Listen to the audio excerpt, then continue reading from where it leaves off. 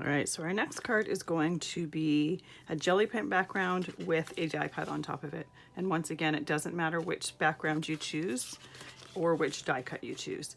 Now, when I do backgrounds or choose backgrounds for cards, I tend to choose ones that are a little bit simple.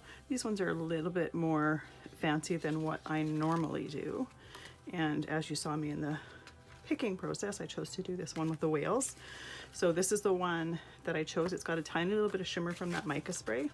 So the very first step is I want to glue it down to my card base and weigh that down while I'm die cutting the whale. Just a little bit of glue around the edges and in the center.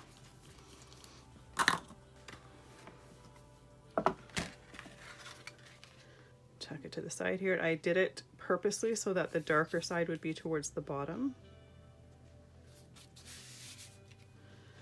And let's put our block on there to hold it. And now let's die cut the whale. So in the sample card, I used a matte metallic cardstock. In this one, I'm using one that's a little bit on the shiny side. You could also use just like a gray cardstock. That would work as well.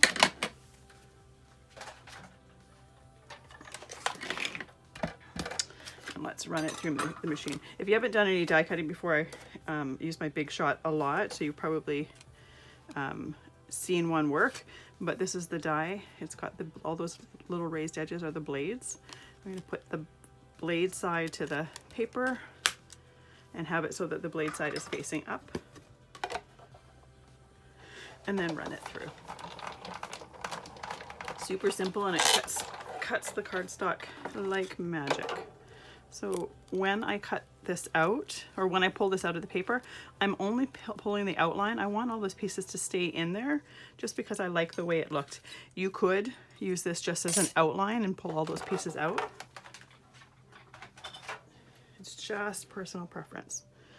So the other thing that I'm going to get ready is my little sentiment here. I have a strip from doing one of the sentiments before, and it should be a good width, so I'm just going to use that.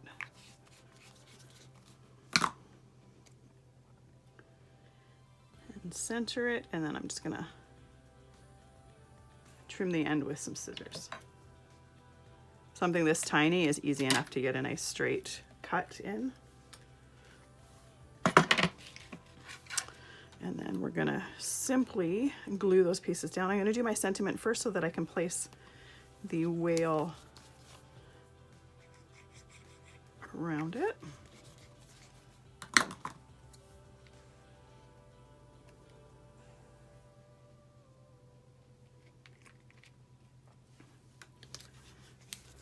And then because there's all sorts of tiny little pieces on that whale, I want to make sure to get some glue at least on each and every one of those so they don't pop out when my card is completed, as well as getting some glue on the outline for the same reason. I don't want things to, little bits to raise up.